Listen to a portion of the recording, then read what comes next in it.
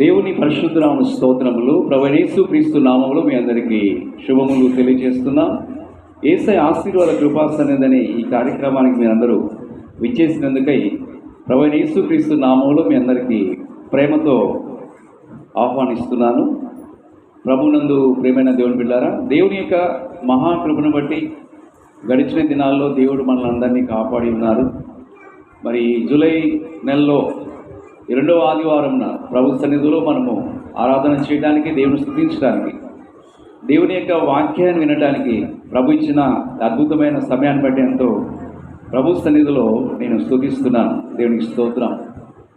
ప్రభునందు ప్రియమైన దేవుని బిడ్డారా, మన యొక్క అనుదిన జీవితంలో, ఆత్మీయ ప్రయాణములో, విశ్వాస జీవితంలో, ప్రార్థనా జీవితంలో దేవుని యొక్క మందస్సం అనేది చాలా ప్రాముఖ్యమైనది. దేవునికి స్తోత్రం.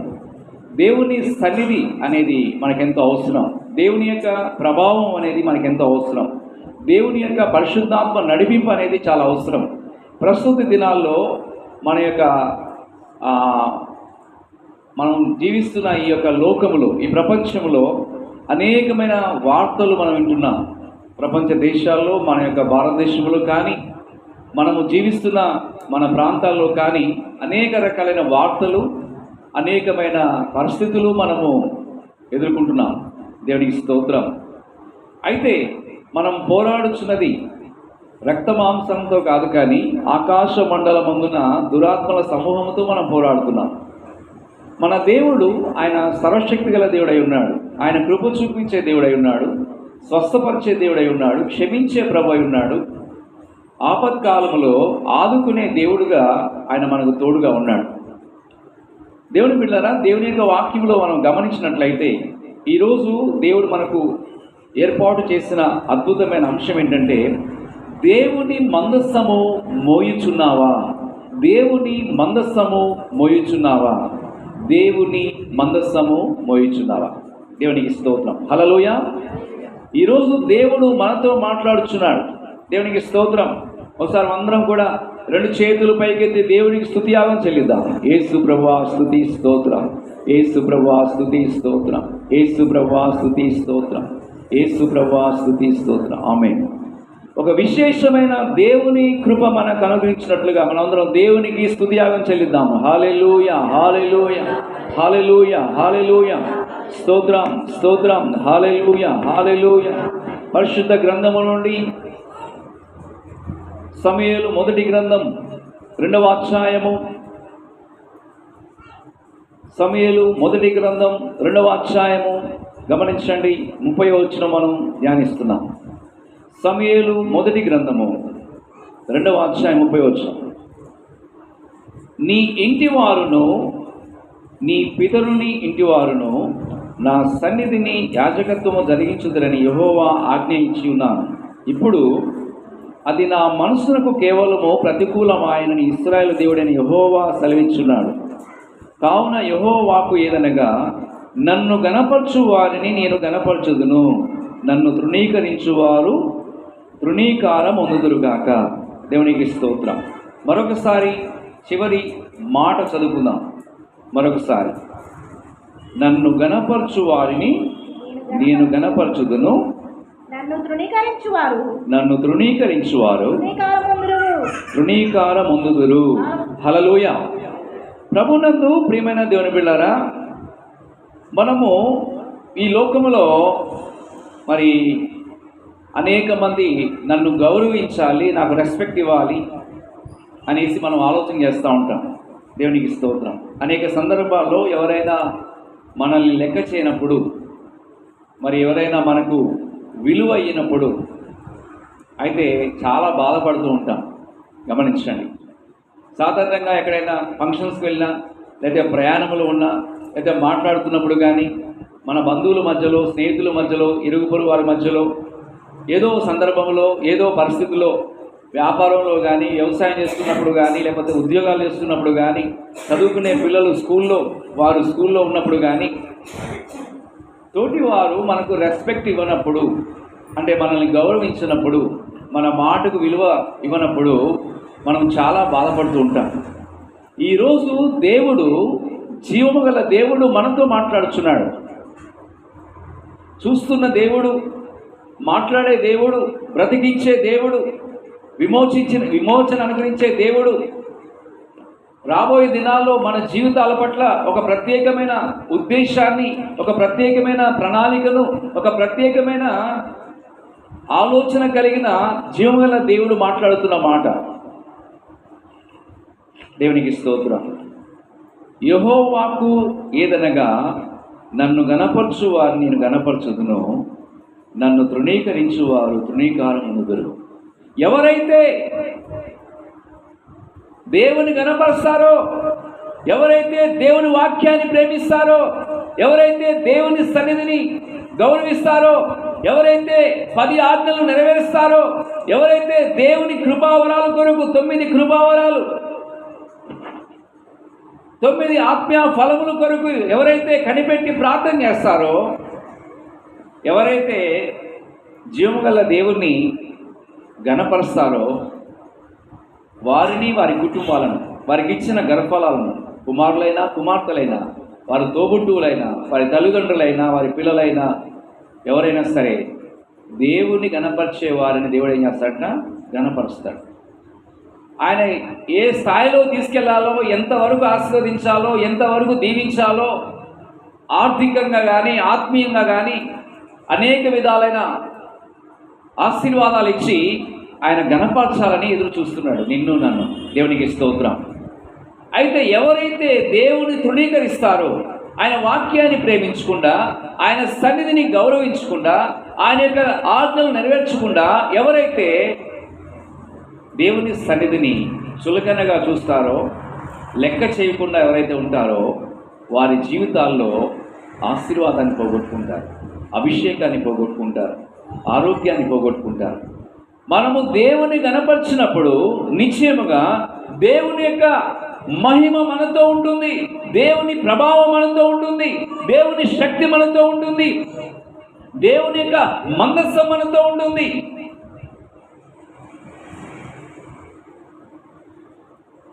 మొదటి దినవృత్తాంత గ్రంథములు 13వ అధ్యాయము 3వ వచనం మనం ధ్యానిస్తున్నాం. మొదటి దినవృత్తాంత గ్రంథము గమనించండి, 13వ అధ్యాయము 3వ వచనం.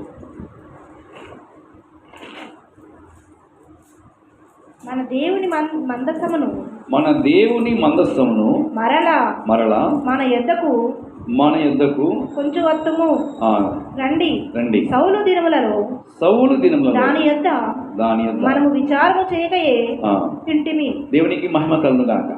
దేవుని పిల్లరా, దేవుని యొక్క మందస్సం గురించి ఈరోజు పరిశుద్ధాత్మ దేవుడు ఒక అద్భుతమైన ఆత్మీయ పాఠము, ఒక అద్భుతమైన ఆత్మీయ సందేశాన్ని, ఒక ఉన్నతమైన ఉపదేశము ద్వారా దేవుడు మనతో మాట్లాడుచున్నాడు. మనము దేవుని యొక్క మందస్సం అంటే ఏంటంటే ఆత్మీయ జీవితము. దేవునికి స్తోత్రం. ఇక్కడ పరిశుద్ధాత్మ దేవుడు మనతో మాట్లాడుచున్నారు. గమనించండి, మనం ఎంతగా దేవుని సన్నిధిని కనపరుస్తామో అంతగా దేవుడు మనల్ని ఆశీర్వదించడానికి సిద్ధంగా ఉన్నాడండి. దేవుడికి మహిమ కలుగుగాక. ఐగుప్తు దేశము నుండి ఇశ్రాయేలు ప్రజలను దేవుడు బయటికి తీసుకొచ్చాడు. ఎందుకు తీసుకొచ్చాడు? ఐగుప్తు దేశంలో ఇశ్రాయేలు ప్రజలు, వారి యొక్క స్థితిగతులు ఎలా ఉన్నాయంటే, వారు చాలా బానిసగా బతుకుతున్నారు. ఇశ్రాయేలు ప్రజలు అంటే ఎవరంటే దేవుని నమ్మిన బిడ్డలు, దేవుని సన్నిధిలో దేవునికి ఆరాధన చేయు జనులై ఉన్నారు. అయితే ఐగుప్తు దేశంలో ఉన్న రాజు ఇశ్రాయేలు ప్రజల పట్ల చాలా చులకనగా చూశాడు.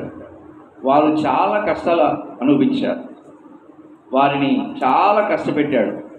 అయితే ఆ ఇశ్రాయేలు ప్రజలందరూ కూడా ఏం చేశారంటే, దేవా, మాకు వస్తున్న అవమానాలు, మాకు వస్తున్న నిందలు, మాకు వస్తున్న ఈ యొక్క భయంకరమైన పరిస్థితుల నుండి మమ్మల్ని విడిపించు అనేసి ఇశ్రాయేలు ప్రజలు జీవగల దేవునికి ప్రార్థన చేశారు. దేవునికి స్తోత్రం.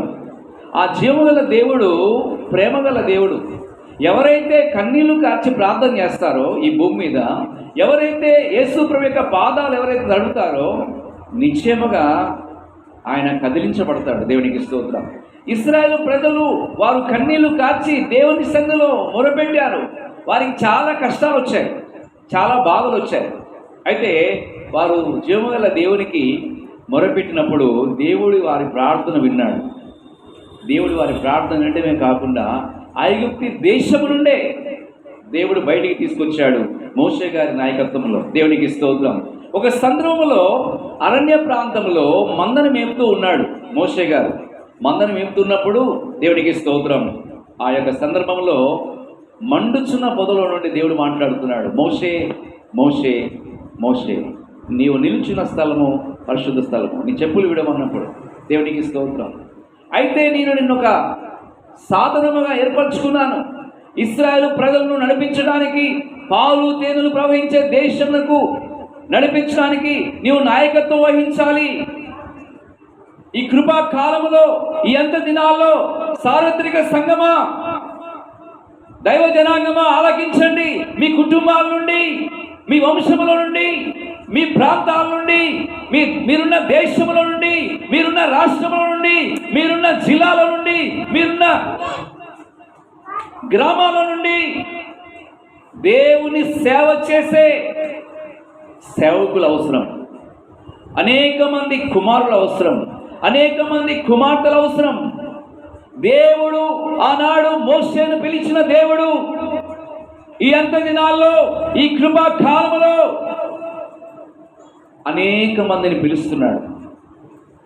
ఎవరైతే దేవుని ఆత్మకు లోబడతారో, ఎవరైతే దేవుని మాట వింటారో, ఎవరైతే దేవుని యొక్క ఉన్నతమైన ఉపదేశం అనే ఈ క్రమానికి ఎవరైతే అప్పగించుకుంటారో, అంటే మెల్కిసెదెకు క్రమము చొప్పున, పరిశుద్ధాత్మ క్రమము చొప్పున, పరిశుద్ధాత్మ నడిపింపు చొప్పున, పరిశుద్ధాత్మ యొక్క ఆలోచన చొప్పున, పరిశుద్ధాత్మ యొక్క ఉన్నతమైన భావాలతో ఎవరైతే, ఏ కుటుంబం అయితే దేవునికి లోబడతారో, ఏ కుమార్తె అయితే దేవునికి లోబడతారో, ఏ కుమారుడైతే దేవునికి లోబడతారో, వారి పట్ల దేవుడు వేసిన ప్రణాళిక చాలా ఉన్నతమైనది, చాలా ఎంతో ఆశీర్వాదకరమైనది, ఎంతో విలువైనదని ఈ దినమున పరిశుద్ధ ఆత్మ దేవుడు మనకు జ్ఞాపకం చేస్తున్నాడు. ఆ విధముగా ఇశ్రాయేలు ప్రజలను దేవుడు ఐగుప్తి దేశము నుండి దేవుడు విడిపించాడు. దేవునికి స్తోత్రం. వారి యొక్క ప్రయాణములో దేవుని కృప ఉంది, వారి ప్రయాణములో దేవుని వెలుగు ఉంది, వారి ప్రయాణములో దేవుడు రాత్రి అగ్నిస్తంభం ఏర్పరిచాడు, పగలు మేఘస్తంభము. చల్లటి అద్భుతమైన క్లైమేట్ దేవుడు ఇచ్చాడు. దేవునికి స్తోత్రం. వారు బయలుదేరినప్పుడు దాదాపు పిల్లలు, పెద్దలు, అన్ని రకాల వయసు వాళ్ళు దాదాపు 20 లక్షల మంది బయలుదేరారు. దేవునికి స్తోత్రం. ఆ ప్రయాణం చాలా అద్భుతమైన ప్రయాణం. అయితే ఈ దినమున దేవుడు మనతో మాట్లాడుచున్నాడు. మనము కూడా ఒక అద్భుతమైన ఆత్మీయ ప్రయాణంలో ఉన్నాం. ఈ లోకమనే సముద్రంలో ప్రయాణం చేస్తున్నాం, ఈ లోకమనే అరణ్యంలో ప్రయాణం చేస్తున్నాం. మన ప్రయాణంలో ఎన్నో ఆటుపోటులు, ఎన్నో తుఫానులు, ఎన్నో అవమానాలు, ఎన్నో నిందలు, ఎన్నో వ్యాధులు, ఎన్నో ఆర్థికమైన సమస్యలు, ఆకస్మికమైన అనేకమైన పరిస్థితులు మనకు ఎదురవుతున్నప్పుడు నువ్వు కృంగిపోతున్నావేమో, నువ్వు బాధపడుతున్నావేమో.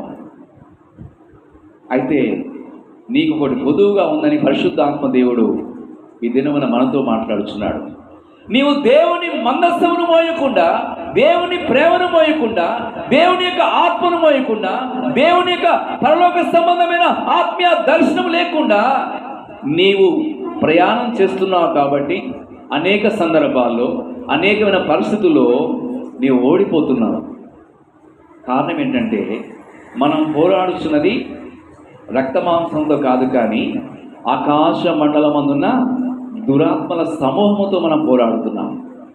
దేవుని బిడ్డలారా, ఆపత్తినం వచ్చినప్పుడు విశ్వాసం అనే డాలును చేత పట్టుకోవాలి. దేవుని యొక్క వాక్యం అనే ఆత్మ ఖడ్గమును చేత పట్టుకున్నట్లయితే విజయవంతమైన క్రైస్తవ జీవితం మనం చేయగలుగుతాం. హల్లెలూయా, హల్లెలూయా, హల్లెలూయా. మనము అనేకమైన పోరాటంలో మనం ప్రయాణం చేస్తున్నాం. ఆనాడు ఇశ్రాయేలు ప్రజలు కూడా వారికి యోర్దాను నది అడ్డం వచ్చినప్పుడు దేవుడు ఏం చేశాడు? యోర్దాను నదిని దాటింపచేశాడు. వెనక ఫరో సైన్యం తరుముకుంటూ వస్తుంది ఇశ్రాయేలు ప్రజలను చంపడానికి. అయితే ముందు మోషే గారి తర్వాత ఇశ్రాయేలు ప్రజలందరూ ప్రయాణం చేస్తున్నారు. దేవునికి స్తోత్రం. ఆ ప్రయాణంలో ముందు సముద్రము, వెనక ఏంటండి ఫరో సైన్యము ఇశ్రాయేలు ప్రజలను చంపడానికి బయలుదేరారు. దేవుడు అద్భుతంగా ఆ సముద్రమును దేవుడు చేశాడు, ఆరిన నేలగా చేశాడు. హల్లెలూయ, రహదారిగా చేశాడు.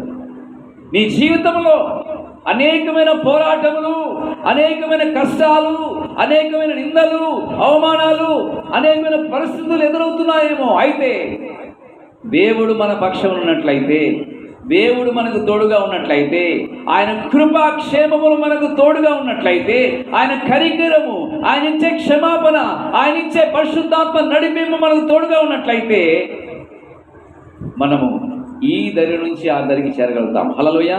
అంటే దాని అర్థం ఏంటంటే, ఈ భూలోకములో ఉన్న మనము పరమ కానాను అనగా పరలోక సంబంధమైన సియోను అనే పరిశుద్ధ స్థలము, నూతన యెరూషలేముగా కట్టబడుచున్న ఆ మహిమ గల రాజ్యము చేరే వరకు కూడా ఆయన మనల్ని చేవిడిచిపెట్టదు. ఎందుకంటే యెహోషువతో మాట్లాడే దేవుడు ఈరోజు మనతో మాట్లాడుతున్నాడు. నేను నిన్ను విడువను అంటున్నాడు. హల్లెలూయా. కొన్ని సందర్భాల్లో చాలామంది మేము ప్రాణానికి ప్రాణం అంటే మిమ్మల్ని ప్రేమిస్తున్నామనేసి చాలామంది అంటారు, బంధువుల్లో, స్నేహితుల్లో చాలామంది.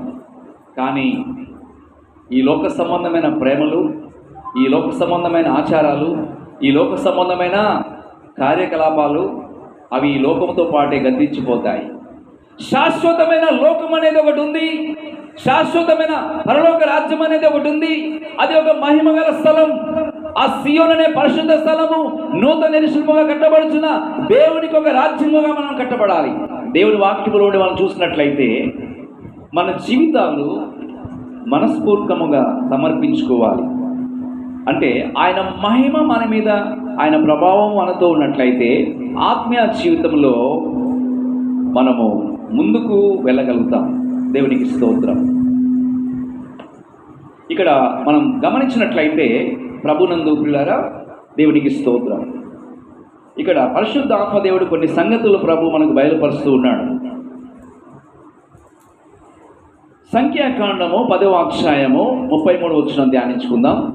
సంఖ్యాకాండము 10వ అధ్యాయం 33వ వచనం.